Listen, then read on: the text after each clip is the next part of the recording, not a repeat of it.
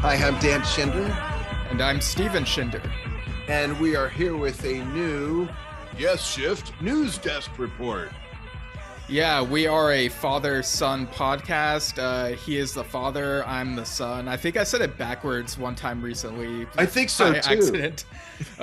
But yeah, we talk about yes. Sometimes we have episodes focused on a specific topic, or like this one, we summarize some of the recent news. And we haven't done one of these since last year, so we're gonna be talking about some of this past month's news, and we're splitting it into two different episodes. We got some nice feedback from one of our listeners about the length, so we're gonna try to not go too long. It'll probably be like a half hour or so. I have a timer on my phone just to like. No more 3-hour editions, folks. But if you want to listen to 4 episodes in a row, you can. Right. So some of the topics we'll try covering on this one. Um, Tom And a lot's Brislin. happened. I mean, as we're recording this, it's January Yeah. 24th, and we recorded the last one, like, I guess it was the week of Christmas. We did the regular episode, the Christmas episode. Right. And but then earlier this month we did an episode, and then the January birthdays episode, and then you had like a business trip. Like we record that one ahead of time, and yeah. Right. So it So does this feel like is it's been kind of a while. Yeah, and a lot has happened. On a personal note, can I share something that I got? Yeah, go for it. Okay, so a few episodes back, and by the way, our regular episodes, we have 29 so far, and I don't remember how many news desk episodes. I'm going to guess about 7. So if you're new to this, there's a lot to catch up on. If you've only heard a few episodes, regardless of when you joined us, whether you follow us on anchor.fm at Yesshift or at facebook.com/Yesshift, there's so much other stuff. And one of the things we talked about was this book. And this was probably, what, 2 months ago, Steve? Yeah, it came out like I remember getting it in early December. I think it came out in November sometime. And we talked about it before then. And Right. then about earlier this month, January, Steve pinged me like 2 or 3 times. Did you get this yet? Did you get this yet? And there's still CDs we talked about I got to order. One of them by a gentleman who's going to be featured in the news desk episode. But I finally got it. So I wanted to brag. And I told Steve, I just got this like maybe 5 days ago. Yeah, Like last week, I think. Yeah. And I told Steve, I said, yeah, I'm almost done. And then he said, oh, great. I said, looking at the pictures. Yeah, it's yes in the 1980s for you audio listeners. I don't know if we mentioned the title. Yeah, so that's right. Thank you. I did not mention what I was holding up. Sorry, folks. And what I always go to the pictures first. 1, because I think like a caveman. And 2, because I wanted to see what is in here that either I had never seen or completely forgot about. And there's some really cool rehearsal pictures of cinema from the very early days. There's pictures of a couple guys looking at pictures of Alan's wedding. And there's some really neat stuff here. And I did start reading it. And I'm real excited about this because I can't believe Steve was born after the 80s. And to me, the 80s don't seem like they were like 30, 40 years ago. It's so weird. So I'm interested in getting caught up with my past. Yeah, and I'm sure we'll do an episode on that book. I have like a bunch of thoughts on it, so that'll be fun. And we each sort of recently watched different things tangentially related to yes. The thing I watched wasn't as interesting. I watched Invasion UFO, that compilation film that has that Francis Monkman piece at the beginning, Dawn of an Era. The film was just so for those who don't know, that the ice bridge borrowed a bit from. Yeah, like That's the relevant. by mistake, because like Jeff Downs thought it was his tape, but like yeah, that got worked out. Yeah. The film itself wasn't that interesting to me. I hope the original Jerry Anderson UFO TV show is better than the film presents it to be. Like that bit of music at the beginning was pretty much my favorite part, but Dad, you recently watched that John and Yoko documentary that's on Netflix.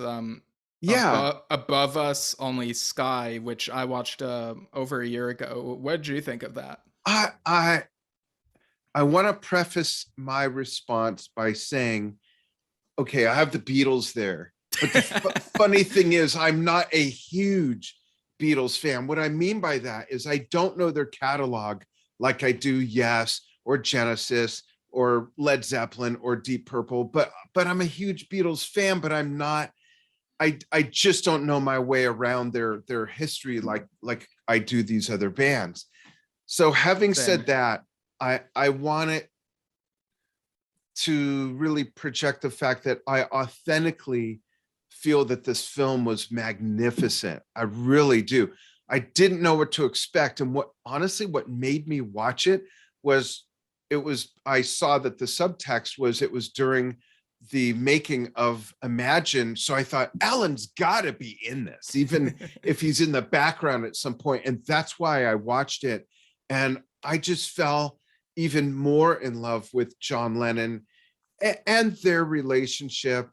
And I love that Julian is in it, and Klaus Vormann, and all these other people that I don't have a real close musical soundtrack of my life relationship with, but the Get Back series, I just loved that. Enja, my wife and I, Enja and I just loved that. So this was like perfect timing after getting rebooted as a old in age, newish Beatles fan, if you will. I've got one of their albums, and it's the White Album. I got the album that didn't even come with a cover. Like, what the fuck is up with that? It's like gotta be the cheapest, and it's probably worth the most. It doesn't even have a cover. But anyways, I really loved it. If I didn't understand English and there were no subtitles, I would say from a cinematography point of view and just the way they stitched together all this footage, and even the editor was interviewed, the thousands of feet of footage all these years forward. Like, how do you even, I'm in film and video, and I have filmed documentaries and stuff, and I can't imagine filming something. Imagine. And I think in 30 years, I'll put that one together. Like, I would have no idea what the fuck was going on. I hardly do the week after, So I love it. I hope I'm not overselling it or kissing ass, but I love their story.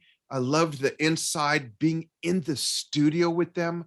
I loved the present day. It was made in 2018. So I love the present day commentary by those who were there, who were still alive. And I loved the stuff outside of the studio that talked about I'm sorry, what's it called?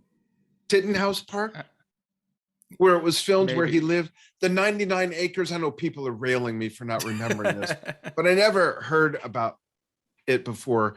And it was just great. And it was great seeing Julian as a little boy, and it was great seeing him as an adult recounting these things. I loved it. I could watch it again. I could watch Get Back again, but I need to let that breathe for a while. You know what I mean? Because it was just so much, and not being an immersed Beatles fan before, it was like, oh my God, it's like everything you could ever want to know about them was dumped on me at once. This I could go back and watch like next week, and I think love it all over again. I loved it. What did you think? And you may be about an equal Beatles fan, yet know more about them than me. And that's not to diminish our respect for them. I mean, without the Beatles, there wouldn't be maybe anybody. I mean, there was Elvis, but no one says I wanted to play the drums when I saw Elvis. No one says I wanted to play guitar people said they wanted to sing, shake their ass, and get underwear thrown at them. But the Beatles being on, TV for the first time. Ed Sullivan is what made people want to be a drummer, want to be a bass player, want to be all everything. It changed everything. I don't know if there'd be such breadth of pop music over the last 5 or 6 decades without the Beatles. So Stephen and I, getting over a nasty cold, sorry, Stephen and I absolutely regale and respect the place that they hold. We're just not as familiar with their stuff as we are some other bands. Right. Yeah, it's been a while since I've seen that one, but if I remember correctly, it also showed Alan White in present day at the time, right? Yeah, absolutely. It did. And he Yeah. recounted some really great stuff. And one of the things I loved that Alan said, and so did Klaus Vormann, the bass player, they both said how John handed out the lyrics and wanted everyone to follow along when he did like a piano run through and wanted them to really understand the song. That's a true artist. That's a true composer, songwriter, producer. That's someone who really gave so much about what he was doing and wanted other people to be that much a part of it, not just a utility person. Come on in, Nicky Hopkins, play some extra piano for me. Hey, Alan, come play some drums. Jim Keltner, come play some drums. He really wanted everyone to know the essence of what was happening. And that's a huge part of what I fell in love with right there. It says so much about him as a artist and a man. And we've probably blown like half the episode just on this topic alone. Sorry. Like 10 minutes, but yeah, this will probably be a bit longer than half an hour, but we're working on it. We're like, yeah, we're testing this thing out. Yeah. It's like chiseling at a big granite wall with a plastic spork, but we'll get there. Right. So yeah, if you're in the US at least, it's on Netflix. Above Us, only Sky. All right, so let's move on into the next thing that happened very recently. So singer and actor Meat Loaf passed away on the 20th due to COVID, and Tom Brislin has shared some thoughts about him. The first thing he shared was "Rest in peace, Meat Loaf, many thoughts to come," and a picture of this bottle of I don't know if this is champagne or something else, but it's probably champagne. Yeah, like it says Meat Loaf on it, and New Year's Eve 1999. No, 2000. Well, it says 2000 and 1999 on it, I think. Oh, I see it. Yeah. December 31st, 1999, January 1st, 2000 at the bottom. The Beacon Theater. The Millennium Show. That's quite a keepsake. Yeah. Yeah, Tom performed with him from 98 to 2001 and got the Yes gig through like the same management that they shared. And he also like performed with Meat Loaf on the album Couldn't Have Said It Better, which I like just listened to, and his singing is really great on that. He puts his like heart into it, and yeah, I could imagine some of the songs in a stadium, and it just has that feel to it. I have a question for you about that. So before that, you'd never really heard any Meat Loaf, right? Not that I'm aware of. Maybe I heard something on the radio, but like I was only vaguely familiar with him through the Tom Brislin connection. Right. And so about half hour before we were going to start, Steve texted me and said, I might be a few minutes late. I'm listening to a Meat Loaf album. I'm listening to Meat Loaf, and now I'm totally invested in listening to the album. So my question is pretty much a first timer. This is your Brisk, your Quinceañera, whatever you want to call it. What did you think? Like you really got sucked in, right? Yeah, like I wasn't sure what to expect from his singing, but it's somewhere near the realm of Greg Lake's type of singing. Like obviously it's not exactly the same, but it's a similar register. Yeah, it's like a similar flavor. And like I could imagine this thing rocking in a stadium, like I said, and Tom's playing is great as well. He's on most of the tracks, I believe. And yeah, like Tom worked with him again in 2016 for a tour. And just today, Tom shared an even lengthier post about Meat Loaf, which I'll link in the description. But yeah, he had like fond memories of Meat Loaf and how like um like he treated like the shows as if like they would huddle before the show as if it's like a big game. Like I saw a quote from Tom elsewhere about that.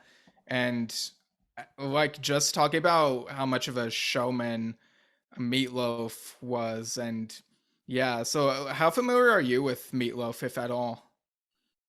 You've listened to more Meat Loaf than I ever have. But I remember when Bad Out of Hell came out, and I remember hearing a couple of those tracks on the radio, and it just wasn't my thing. But yet I again totally respect what he was doing and what he had done and his theatrics and all of that. Did you ever see Rocky Horror Picture Show? No, actually. Oh, it's funny. I thought you had. So, he's in that. He's done some other acting. I've heard nothing but good stuff about him as far as being a professional and so dedicated to his art and everything. But I really don't know a lot about him, other than there were people before the album came out that really didn't believe in him at all. And when the album came out, it just shot straight to the top, Yeah. and it really took people aback. And I love those kind of stories. I love that. Yeah, I remember in high school, one of my classmates in art class, he really loved Bat Out of Hell and did his own painting that was like inspired by that. And so more recently, I was like, oh, he did that? Oh, okay. Yeah. Um, so I think yeah, of music opera. What am I saying that right? Musical rock opera. Right. Thank you. Yeah, Music yeah, opera. okay, yeah. Yeah, the album I mentioned couldn't have said it better. Sounds very rock opera-ish to me. Yeah. It definitely has that feel. So Yeah. yeah. Cool. Chime in, Um, folks, on anything that we're talking about. Give us your thoughts. How familiar are you with Mr. Loaf? right. Did you ever see him? Did you ever meet him? On anything we ever talk about on the news desk episodes or the regular episodes, this is your show too. You can comment if you're watching this on Facebook, or write us at yesshiftpodcast@gmail.com. We do read fan mail on the episodes and stuff. So please chime in, let us know what you think. But Steve and I were kind of oblivious, but again, recognize his place in music. He's been around forever. When did that first big album break? In like um 82 or 79? I know that Bat Out of Hell came out in 77. I don't know if that Wow. was his first one, but it Longer was ago definitely a than big one. Yeah, longer ago than I thought. Cool. So Yeah. thank you, Meat Loaf, for everything. Yeah, definitely. And continuing on with a little bit more Tom Brislin stuff. So he's in the band Kansas, and I recently saw a post that they're doing a gig at the New Jersey Lottery Festival of Ballooning at the end of July, and I thought that was cool because it's like Tom Brislin's home state. But there have also been a couple recent Facebook posts where they said that due to an illness within the Kansas organization, a few shows from this month had to either be rescheduled or canceled. So I'm not sure what the illness is and who has it, but wishing a speedy recovery for like anyone dealing with any illness, and like not just Yeah. for the shows and the music, but like we want people to be in good health in general. Yeah. And also related to Kansas, Robby Steinhardt, of course, passed away last year, and his solo album "Not in Kansas Anymore" came out a few months ago. Will you just buy that for me so I don't have to keep remembering? Just buy Okay, it. yeah, I'll do that. So producer Michael Franklin shared a Facebook post on January 3rd where he shared a picture with Robby Steinhardt and Patrick Moraz, who guested on the song "Mother Earth is Calling You." And the caption reads, "So happy that I was persistent to get these two good friends, Robby Steinhardt and Patrick Moraz, to record together. Patrick played beautiful piano on Mother Earth is Calling You on Robby's release, Not in Kansas Anymore. I have a piece of Robby's for Patrick as well. This photo was taken at Ruth Eckhart Hall in Clearwater. I invited them both to John McLaughlin's final US tour. A splendid time was had by all. We had a great time, a great memory. And he also included a comment in that thread that there's going to be a music video for that song, Mother Earth is Calling You, coming out on Earth Day. I wonder if So the players will be in the video. yeah, that's what I'm wondering about too. Like, is it going to have the actual players, or will it be one of those visual things? I'm kind Right. of leaning toward thinking it'll be more visual thing, but I guess we'll have to see. Yeah. And in terms of touring, Trevor Horn also shared a post from Dire Straits Legacy, because he's involved with their tour that's planned. So the post said the tour of the band Dire Straits Legacy that would have taken place in Brazil now in January and February has been postponed to May. The postponement was due to protocols and restrictions, including audience limits and a ban on gatherings recently announced by the authorities of cities where the tour would pass. Another factor that contributed to the postponement was the series of cancellations and rescheduling of flights, making the tour's logistics feasible. So, yeah, again, stuff affecting tours. So hopefully things work out. Yeah. How is Trevor involved? I think he's guesting on this tour. Like, I think he's guest singing, if I'm not mistaken. Really? How weird. Yeah. Like, I don't understand the link or the fit or. Yeah, I think we might have talked about a connection a while ago, but off the top of my head, I don't know like if he's produced them before. Like, I probably looked it up and then forgot, but Yeah, I don't remember. Maybe they'll do Man in a White Car. With Mark Knopfler finger picking instead of the keyboards.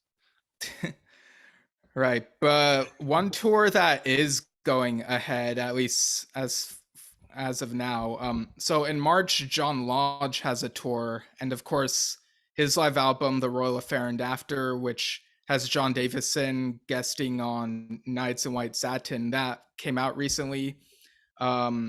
And it sounds like John Davison will also be on that upcoming tour, because on January 9th, there was a Facebook post where it said memories of a tour after the Royal Affair.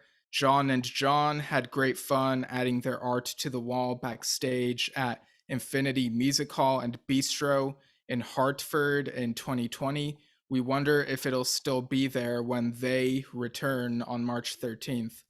So it does sound like it's suggesting John Davison is on that tour, which pretty much confirms what we sort of already guessed, is that the US tour that Billy was saying yes might do in March is not happening. Either that or Benoit's gonna do it with him. Right, or John Anderson. No, not really. But yeah, so they never officially announced a yes tour for March, so it's not really that surprising to me, especially this close to that month. Right. They still have the tour dates for Europe and the UK listed for May and June. I'm kind of surprised that Yes have not been announced for Cruise to the Edge, even though these other bands have been announced for them. Oh, they haven't been?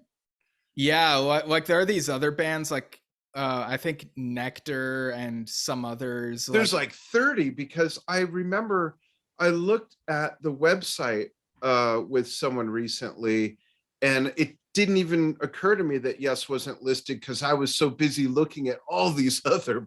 I couldn't believe how many other acts there were. I just presumed it's called Cruise to the Edge. Yeah, it's named after one of their epics. Like, yeah, that's it'd bizarre. be weird without them. Yeah, I'm wondering if it's like a late announcement, or if they, for whatever reason, won't be ready for that. Like, I don't know. Or do weird. they need to be listed? Is it just a given that they're part of it? Yeah, I don't know, but I guess we'll have to wait and see. It's just really weird. Or we could just call one of them and ask them. Yeah, we could see about that. You know what? I'm reaching out to Alan anyways for Drum Talk TV interview. I should ask that as well. Okay, cool. Are you doing Cruise to the Edge? And two quick questions, if I Yeah. may. One, did you hear Sasha a moment ago? My dog was barking like crazy. Did you hear him? Oh yeah. Oh, you did? Okay, sorry. Number two, how are we on time? We're 25 minutes in. To the 30-minute show. Okay, we'll speed it up a bit, folks, as best we can. But we are working at chiseling that granite hour long that we normally do down to half an hour with a plastic spork. We won't get it the first time, but we have some really neat news that I was real excited about when Steve shared this with me. It's yes, live in September 1977, 8mm film that went through some restoration. And that's one of my favorite Yes tours, not only because of the playing, it's the lineup, it's the playing, it's the live production, it's the set list. It's one of the best examples of when you put out an album, here's how you do the tour. You include a lot of the album songs on the tour, which the Going for the One tour was great at. Yeah. And then the next tour, they didn't really do much of a homage to their own Tormato album on the Tormato tour, which I didn't understand. Maybe half of yeah, it. If that, yeah. But it great performances and I appreciate that they were very transparent and saying this was, they explained the process. This was stitched together with videos from different shows, mainly put together with this one soundtrack. And the reason to me why that's important, because it drives me nuts when I'm watching a live thing and all of a sudden the guy's wearing a different outfit in the same song. And then it goes back to the other outfit in the same song. You watch the song, it means the same, Dazed and Confused, Whole Lot of Love. And like Jimmy and John Paul Jones are wearing two different, Rock and Roll, the very first song, Jimmy's wearing two different outfits. At least they explain here, this was put together in this way. So it's totally like, didn't bother me at all. I thought, oh, look at that outfit. Oh, now he's got that. Oh, that's a cool one. Oh, wow, I like this one even better. Mainly Chris is the one who went through that. And Rick. So I watched it and I thought this was the same show because it says in the description that, so it says the 8mm was filmed by Louis Dosh, who remembers filming this in Las Vegas, September 27th. And it explains further in the description that the audio is from a few days earlier. So I think it might be the one show. It's just that it has snippets from, and this is a 13-minute video. It has snippets of the songs Parallels, I've Seen All Good People, Close to the Edge, Turn of the Century, And You and I, Going for the One, Flight Jam, Awaken, and Starship Trooper. But I thought, so maybe I misunderstood, and that's why I was okay with it. But watch it again. Rick and Chris clearly have, Rick has two different outfits. Chris has at least two, maybe a third, even, within the same song, there's more than one outfit when it goes from one cut to the next. So check it out again, because it's definitely pieced together from different footage. Okay, because Chris looks like he has a whole outfit throughout to me, but anyway, like the restoration of it was really good. Like it felt to me kind of like how, going back to Get Back, it's almost as if like they went back in time and shot it with a more modern camera, if that even makes sense. Yeah. Like it's like videotape, which consumers didn't have videotape back then, only 8mm. Consumer videotape didn't come out for at least a few years. Yeah. So I appreciate that something like this exists. It looks really neat, almost Yes Songs quality, just from like kind of further away in the audience. Did you post that on our Facebook page? Yeah, I shared it when it came out. Like I think it was around Christmas when that came out on YouTube. Yeah, so, it was posted by the Genesis Museum. Apparently, it's the YouTube channel. So look back for that, folks. It's worth looking at. The performances are great, and it's fun to see them so young and spry and jumping around, and I like it. I'm very nostalgic. I love looking back on history and remembering, and it's really cool to see all these years forward. And just the musicianship is just so impeccable. Yeah, I'll link that in the description as well. Also around Christmas, John Beagley shared this cover of ARW's song Fragile that he did with Robin Shell. So basically, it's John Beagley and Robin Shell singing. So John sings Trevor Rabin's parts and Robin sings John Anderson's parts. So you have John doing Rabin and Rabin doing John. I don't know if people were able to follow that, but yeah, it's. I don't know if it's because the ARW song we only heard like taken off of a radio and put on YouTube, but to me, the production of this cover sounded slightly better than the ARW version. What did you think of it? The same thing. Yeah. Yeah. It just sounds like a wider, fatter, more stereophonic sound, if you will. The fidelity's better. The production does sound better. Yeah. And that's funny. Like, how often would you hear a cover and say that about, you know? Yeah. Yeah, and the video has some footage of like there's this person and there's a rose. So I guess this was taken from other stuff to like I asked John Beagley about it. He said it's to sort of tie into like fragile stuff in life. And yeah, like the song is well produced. I think he and Robin did a good job like recreating that sort of stuff, like, you know, getting the words down. And John Beagley has posted before about how Robin Shell, he was actually at one point recommended by Roger Hodgson as a potential John Anderson replacement, like in that pre-union period. Wow, really? Yeah. Well, do you know if they tried him out or anything? I don't think they did. So I spent a lot of time with Alan back then. Yeah. You know, he lived in the neighborhood where I grew up, around the corner from Grandma and Grandpa, and I don't remember him mentioning that name at all. That's when I first heard about Billy, was before the union stuff happened, and they were sort of like putting a new band together, and he said, "Have you ever heard of World Trade?" And he showed me the album, and Yeah. I didn't hear about it. And he put him on, and he's explaining Billy's role and all this. It was really neat to see what that's turned into. And now Billy's like, you know, that piece of gum you can't get off the sole of your shoes. I've been a part of Yes in so many different ways. I'm sorry, Billy. I'm just kidding. But no one's worked with Yes in as many capacities as Billy. All he has to do now is an album cover, and he's done everything, right? He's produced, he's engineered, he's played guitar, he's played bass, he sings, he's written. You know, it's like, come on, Billy, let's get your pen out, get your Petergraph pens out, and do an album cover. Yeah, so again, like a good job to John Beagley and Robin Shell on that cover of Fragile. Like, you know, it's a reminder that like ARW had a decent song, and it'd be nice to hear more from them, but you know. Yeah. And then next we have one of my favorite musicians ever. And maybe we'll make this a 3-parter, Steve. Maybe we'll cut it after this part and do the rest after. No, I guess there's not that much after this. So if you don't mind, I'll blaze through the Rick Wakeman news. Oh, I can't Okay. Yeah, go ahead. So Rick recently has talked about a new solo album. This is through classicrock.com.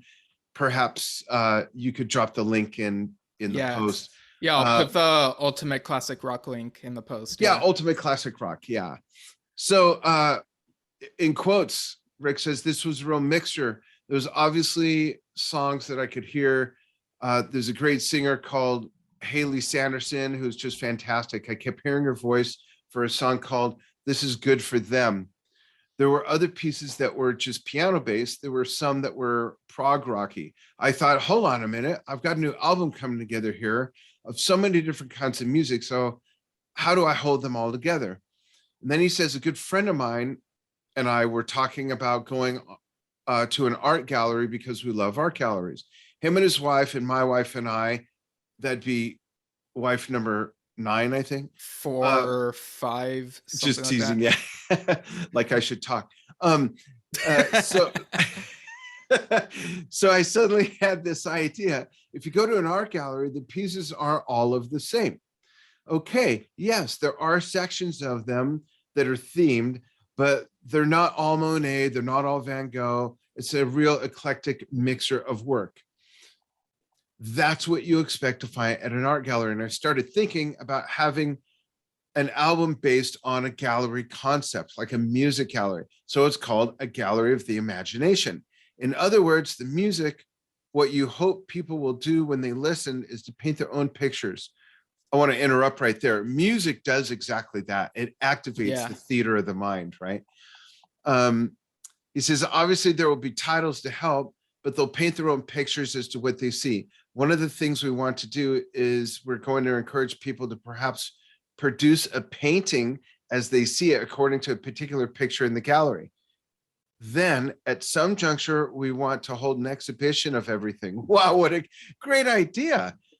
He says it shows how different people see different pieces of music. It's interesting. I remember going back to 1971. I was on tour with Yes. This is really an interesting concept. I love that idea. You could have some spectacular contest, and then he can sign all the winning entries, runner-ups. I just think of all kinds of great fundraising ideas with this, but it's not my project. So Rick, you're on your own. But I love that concept. I think that's amazing. What a great analogy. Yeah, it's very interactive and, really getting the people involved. Yeah, it sounds like something different. Like he said, it doesn't all, like the music itself doesn't all sound like the same thing. It's kind of eclectic. So some of it is proggy, some of it is piano based. So I'm really looking forward to hearing this and seeing like what he does with all this. It's funny. It's not the first time he's done that. Return to the Center of the Earth is like that. If you look at Dance at a Thousand Lights, right? The song that Ozzy sings, the song that features Trevor, Mr. Slow. I mean, it's very eclectic, very much like this. Yeah, so I'm looking forward to this. And Rick has continued uploading to his YouTube channel live songs from 2018, including Life on Mars, Morning Has Broken, Swan Lake, Gone But Not Forgotten, and Summertime. And it was also recently announced that there's an orchestral show for him planned for Hungary on February 9th. So that should be interesting. And yeah. And speaking of Hungary, there's this Hungarian rock band called Yesterdays, which tweeted on January 3rd this picture of them with the late Peter Banks back in 2007. So the tweet reads, Yesterdays with Peter Banks of Yes Official in Budapest 2007. While the 4th album gets pressed and released, we'll be working on mixing this show. So Yesterday's live album in 2023. And then Henry Potts, Yes aficionado and friend, he chimed in on the thread and said, Yesterdays were on the same bill as Banks's Harmony and Diversity at a mini festival. The Harmony and Diversity performance was partly released on the Complete Recordings, which was released in 2018. And then Yesterday's replied, that is correct. His drummer, David, got in touch with us via MySpace. We got talking and ended up inviting Pete to play in Budapest. Those 3 days together were so much fun. He was performing with his trio Harmony and Diversity that night. We spent 3 funny days together with our bands. We did a segment of Time and a Word, so did Pete. So yeah, I'm glad I asked like what this was all about so that they could clear that up for me in the thread, because I was really curious about this. Like, what did Peter Banks like play? And so yeah, but I'd like them to clear up why are they using who's using MySpace? Like, Well, that was back in 2007. well, okay, still. Has no one unplugged that fucking thing yet? No, that is cool that you asked that, because a lot more info came from that. You know, I think it also speaks to the imprint that Peter Banks has made on prog rock, even though most prog rock came, one could say, after his era, another could say out of his era. Not that the first couple Yes albums weren't proggy, but they were psychedelic. I mean. Yeah, exactly. Yeah, that was the bud, and it all blossomed afterwards. But yet he's been still identified with that, all these years, and even after his passing, which is great. Yeah. So I think that's where we'll leave it for this news episode. Next time we'll talk about some other stuff like lullaby versions of Yes. A couple of tribute bands, Total Mass Retain and Awaken, did a couple shows recently, which we'll talk about. There's some Roger Dean Facebook Live stuff and some John Anderson stuff. Steve Howe in Guitar Player. Yeah, and Bill Bruford's YouTube channel and some publishing news. So we'll talk about that next time. But yeah, in the meantime, thanks for listening to this episode. And also shout out to Carl Coppage, who we messaged back and forth through the Yesshift page. Apparently he found out about us through a thread on this new website, www.thenewyesfans.com, sort of filling the void for yesfans.com. So yeah, it was great chatting with him, and that's cool, going back and forth. And write us, folks. Again, you can watch our episodes on Facebook at facebook.com/Yesshift, and you can listen to us at anchor.fm/Yesshift and all the 7 or 9 channels that they distribute. I always forget how many it is. And you can write us at yesshiftpodcast@gmail.com. And again, I'm Dan Schinder, the dad. And I'm Steven Schinder, the son. That's right. And that's Sasha, my puppy, barking. A 5-month-old Shepsky, German Shepherd Husky. All right. Thanks, everybody. We look forward to hearing from you, and go listen to the next one we just recorded.